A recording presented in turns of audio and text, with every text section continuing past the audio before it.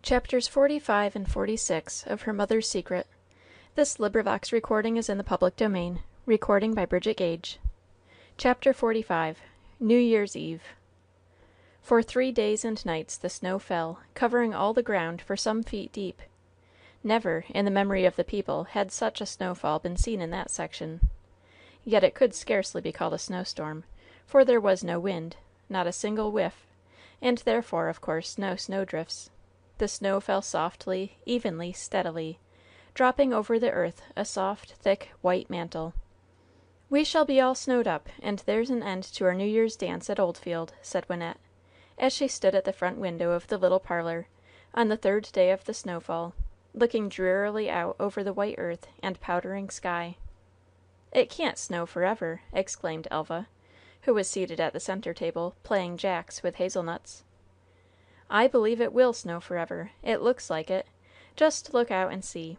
All the low fences are covered, and nothing but the tops of the high fences can be seen. And the Scotch firs are so loaded down with snow, I should think the limbs would snap right off. And it is still snowing as steadily as ever. It just reminds one of the snowbound traveler at the Holly Tree Inn, when 'it snowed, and it snowed, and it snowed, and it continued to snow, and it never ceased from snowing.' No, nor it never will," said Wynnette, flattening her nose against the cold window pane. "Call this snow?" rather slightingly demanded the lady from Wild Cats', as she sat in front of the wood fire, with her feet on the fender and her skirts drawn up to toast her shins, while she was eating hazelnuts, of which she had a lap full, and which she cracked with her strong white teeth. "Call this snow, indeed! You don't know what snow is. Hush, honeys! You ought to see the Nevadas after a midwinter snowfall. Yes, where whole trains of wagons are stopped and whole camps snowed up, until all hands perish of cold and hunger. Don't tell me! You don't know nothing about snow here." And she stopped talking to put another nut between her teeth and crack it. "I wouldn't mind it if it wasn't for the New Year's Eve party," said Wynnette. "Never mind. It will be clear to morrow. You know we never do have more than 3 days at a time of any sort of bad weather, wind or rain or snow or anything. I am sure it will clear off to morrow," hopefully suggested Elva, deftly throwing a jack into the air and snatching 2 from the table in time to catch the falling one. "I know it won't be cleared to morrow. Just look how it comes. I can hardly see the fir trees now through the thick falling powder. No, it is going to keep on this way forever and ever," growled Wynnette, who was, for her, in a very despondent mood. Next day, being New Year's Eve, it did clear off, however, and in the most delightful way, not with a high wind, as it often does, to drift the new fallen snow and obstruct the roads and make matters worse than before, but with a still, cold, bright, frosty air that hardened the snow and glazed its surface, and made such splendid sleighing. "Oh, good morning, son," said little Elva, standing at the front window of the parlor and looking eastward. "Good morning, son. We are very glad to see you again." "After your uncommonly bad behavior in sulking and hiding yourself for the last 3 days," added Wynnette, who was now standing beside her youngest sister. "You wrong the beautiful and benignant sun, Wynnette, dear," said Miss Meeke, coming up behind them. "The sun is always shining for us. The earth turns around from the sun, and it is night; turns toward him, and it is day. The earth wanders far away from the sun, and it is winter; comes toward him again, and it is summer. But the sun shines in the empyrean all the time, whatever the earth may be.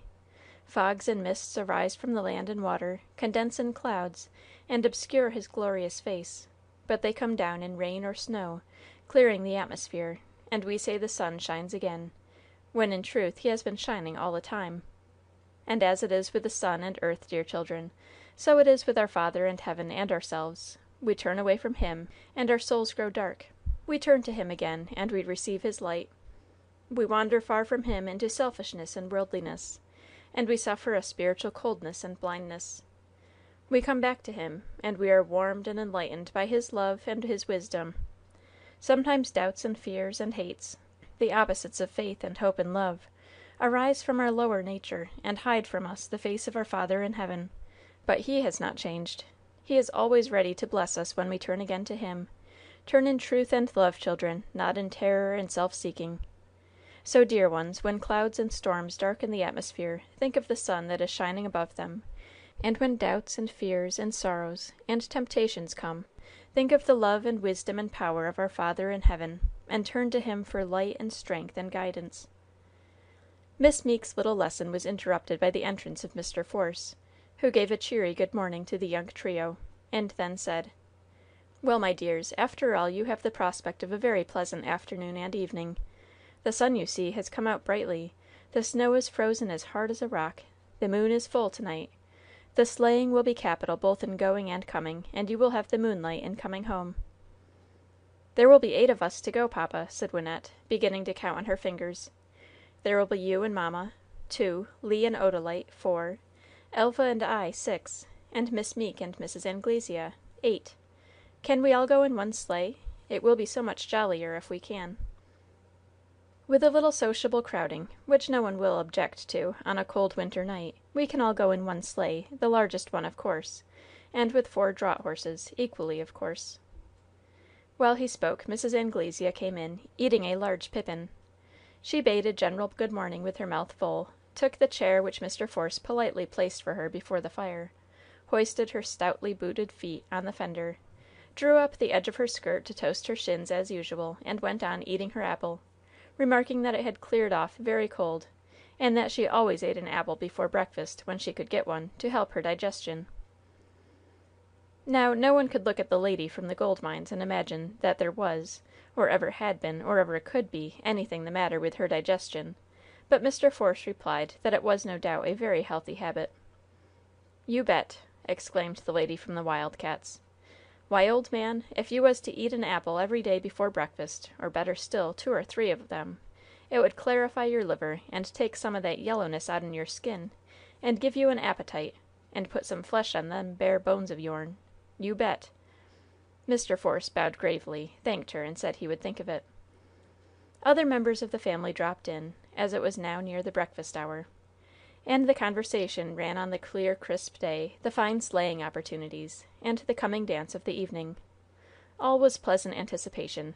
The day was spent in preparations. It was still an hour to sundown when the whole family, including, of course, the guest, after an early tea, and being well wrapped up in hooded cloaks and heavy shawls, entered a capacious sleigh, lined with bearskins, furnished with foot warmers, and drawn by 4 strong horses, covered their laps with more bearskins, and started for Oldfield. The full moon was rising over the bay on the east, and the sun was sinking behind the high, wooded hill on the west, as they passed out of the south gate and entered the turnpike road that skirted the hill and then ran parallel to the shore of the bay all the way to Oldfield Farm. It was a fine, level road along the shore, and they had a delightful sleigh ride over the frozen snow, which in a little more than an hour's time brought them to Oldfield Farm. The approach from the bay side was through a pine wood, from which, when they emerged, they came in view of the house, which was lighted up from garret to ground floor. Half a dozen or more of other sleighs, which had brought company to the farm, and from which the horses had been taken and led to the stable, stood in the yard. The negro boy, Dan, no longer ragged, as when we first made his acquaintance at Grove Hill, but dressed neatly in his new Christmas suit, came to the horses' heads, while Mr. Force and Leonidas got out to assist the ladies and children to alight. "Marse Abel," said Dan, apologetically, "I can take dese horses to de stable, and put all dese barskins in de loft, and 'vite Uncle Jake inter de kitchen, but I spec's I'll hab ter leave de big sleigh out yere, 'case der ain't no room in de stable for all dese big sleighs in de yard. 'Sides which, it bein' ob a clear night, de sleigh won't take no harm." "All right, leave the sleigh here, my boy," said Mr. Force, drawing his wife's arm within his own, and leading the way into the lighted passage, followed by all the rest of his party. On the right side of the passage was an open door, leading into a room in which tables along the walls were covered with Christmas goodies, while on the left hand was another room, in which were gathered about 30 people, young, middle-aged, and old, some sitting down, some standing in groups, some walking about in pairs, and all talking at once, and no one listening, apparently. At the end of the hall, directly opposite the front door, there was a flight of steps leading to the rooms above, and up these stairs our party went to take off their wraps.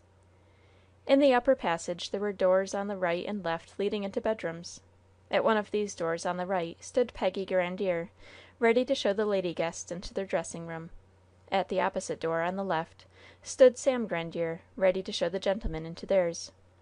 Here, of course, our set divided, and followed their guides, Mr. Force and Leonidas going one way, and Mrs. Force and her party the other. In the ladies' room they found a good open fire, and the colored girl Henny in attendance. But there was none of the company present besides themselves, except Miss Sibby Bayard, who was standing before the glass, settling a smart cap made of white Irish gauze and white satin ribbon on her head. "Good evening! That's right! I am glad to see you all here. Be merry while you may, says I, for you don't often get the chance, says I." Such was her general greeting of the party; but after she had fixed her cap to her mind, she turned around and shook hands with every individual.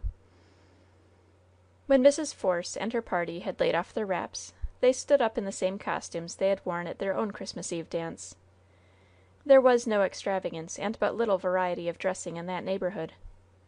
A changing of boots for slippers, a little shaking down of slightly rumpled skirts, a little touching up of slightly disarranged hair, a drawing on and buttoning of kid gloves, and they were all ready.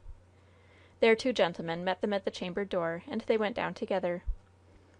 Their entrance seemed to complete the expected company, and to give the signal for the opening of the ball, for before seats could be found for the elders of the party, the musicians, consisting of two negro fiddlers, a tambourine, and a banjo player, struck the stirring, old-fashioned tune of the Fisher's hornpipe, and gentlemen immediately took their partners.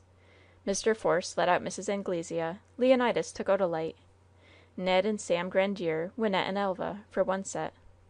William Elk and Thomas Grandiere, the elders, took respectively Miss Sukey Grandiere and Miss Sibby Bayard.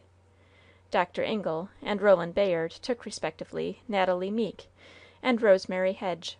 These formed the second set. There was not room enough in the farmhouse parlor for a third set, so about half the company had to wait their turn. But they amused themselves very well in the interim by listening to the music, watching the dancers, gossiping, flirting, and making flying excursions into the dining room for refreshment in the form of plum cake, pound cake, raisins and almonds, and sugar kisses, lemon punch, apple toddy, or eggnog. When the first quadrilles were completed, another set of dancers took the place of the first, and the former rested on their laurels, watched their successors on the floor, gossiped and flirted, and made flying excursions to the dining room in their turn. And high festivity continued until the tall clock in the passage struck 12, when the music stopped in the middle of Malbrook, and all then mingled together, shaking hands and wishing each other "Happy New Year." Then all the dancers formed a double line the whole length of the parlor for the giddy, whirling, exhilarating Virginia reel, with which the ball ended. Finally there went around a huge jug of hot mulled port wine, from which a goblet was filled for every guest.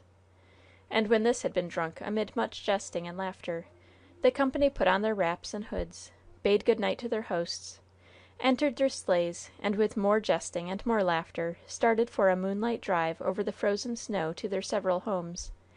And so ended the New Year's Eve party at Oldfield Farm. Chapter 46. The Lady from the Mines Has a Plan. New Year's morning dawned clear and cold. The family of Mondreer, on account of the party at Oldfield on the previous evening and the long sleigh ride home in the wee, small hours before the dawn, slept later than usual that day, so that it was 9 o'clock before they were all gathered around the breakfast table to renew their New Year's greetings over the first morning meal of the year. The pleasant party of the previous evening was discussed, and then the program of the passing day.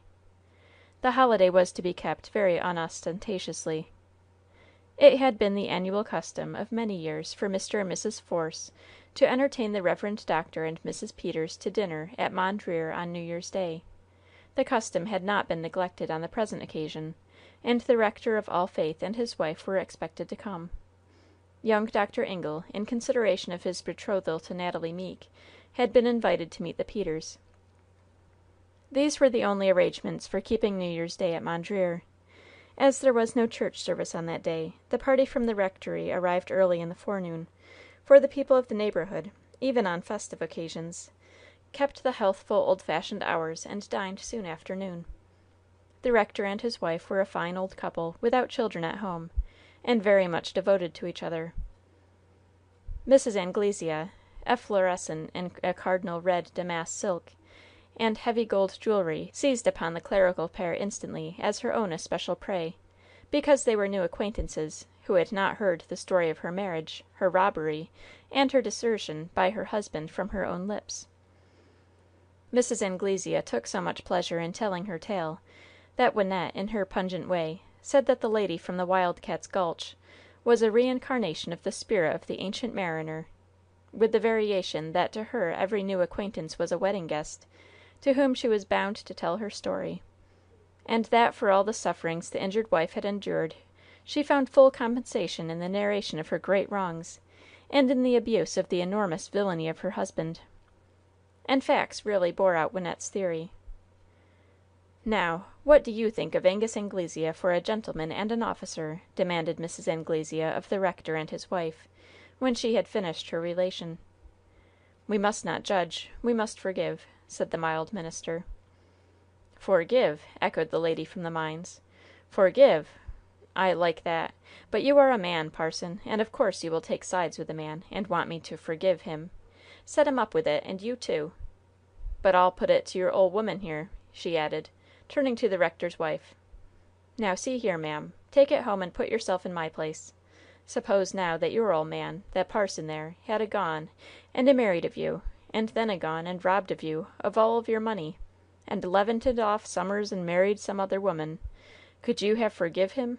I put it to yourself now. Answer me." But the mere hypothesis that the venerable and Reverend Dr. Peters could ever by any possibility have been guilty of such misdemeanors was so overwhelming, not to say paralyzing, that the minister's wife could only drop her jaw, open her mouth, and stare. "I'll forgive that devil after he is well hanged, and not a half a second before, 'cause it wouldn't be safe, nohow." The entrance of young Dr. Ingle put an end to the subject.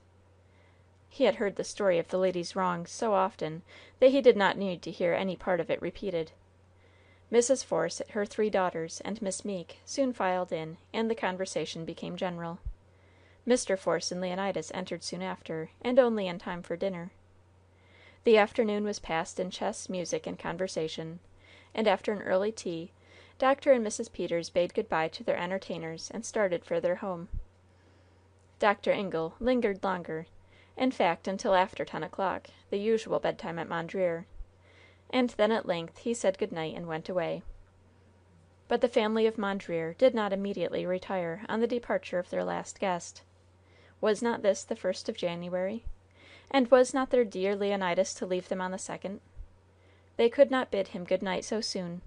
They lingered in the drawing room long after the departure of their last guest.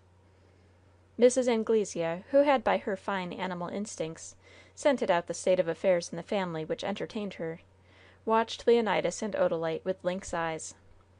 "Them young uns is sweethearts," she said, in an aside to Miss Meeke, as she pointed to the youthful pair, who, seated on the cushioned sill of the bay window, were exchanging their last confidences.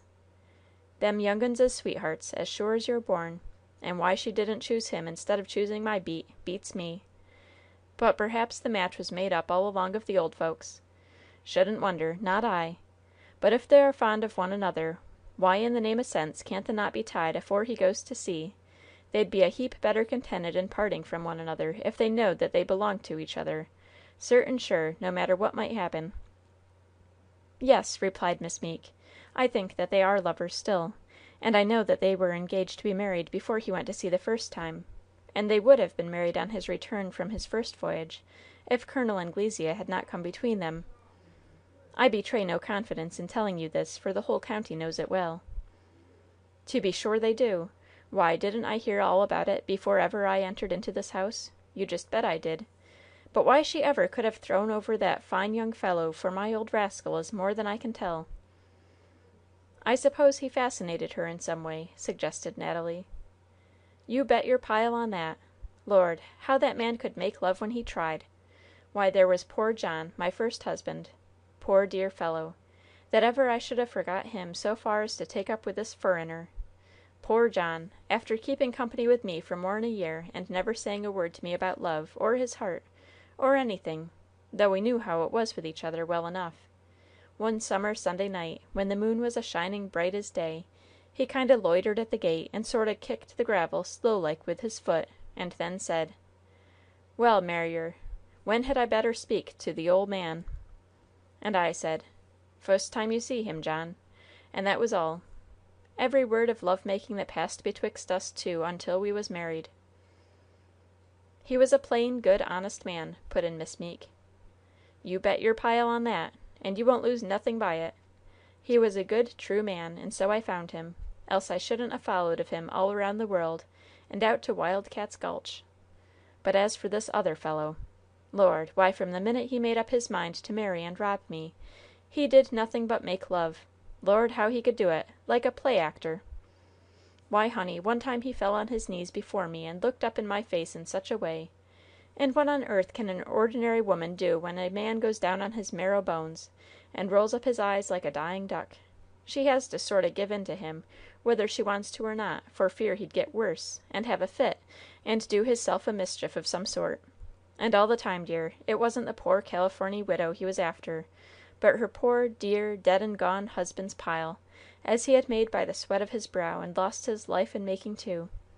He fashionated me into marrying of him, and trusting of him until he levanted with all my money.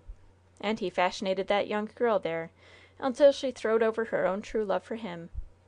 But his fashionations don't last long after he is found out, that is one good thing. Leastways they didn't with me, and they don't seem to have done so with her.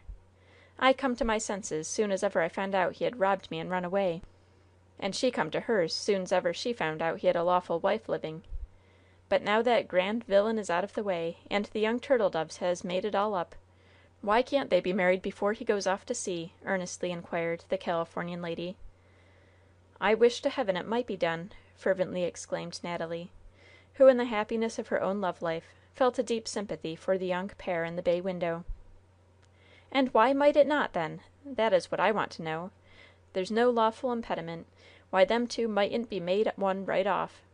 My scamp can't have any claim on her to hinder of it. Good Lord! No, I should think not, when here I am his lawful wife alive and likely to live, and a man can't have two wives in this state at least. So why can't them young uns be married and made happy right away?" "I wish it could be done, but I feel sure that it could not." "But why, in the name of common sense?" "Because neither Mr. nor Mrs. Force would entertain such a plan for a moment. They would consider it indelicate and undignified in all parties concerned to marry their daughter to any other suitor, even though that suitor were Mr. Leonidas Force, so soon after the breaking off of her marriage ceremony with her late bridegroom expectant," replied Natalie. "Fiddle faddle!" exclaimed the lady from Wild Cats'. "I think it is hard enough for poor human nature to keep the commandments of the Lord and the laws of the land without having to be bound by a passel of fiddle faddle fancies." "My private opinion is," said Natalie, "that the young couple will yet marry, but not until he shall return from his next voyage. And they are both young enough to wait." CHAPTER 47.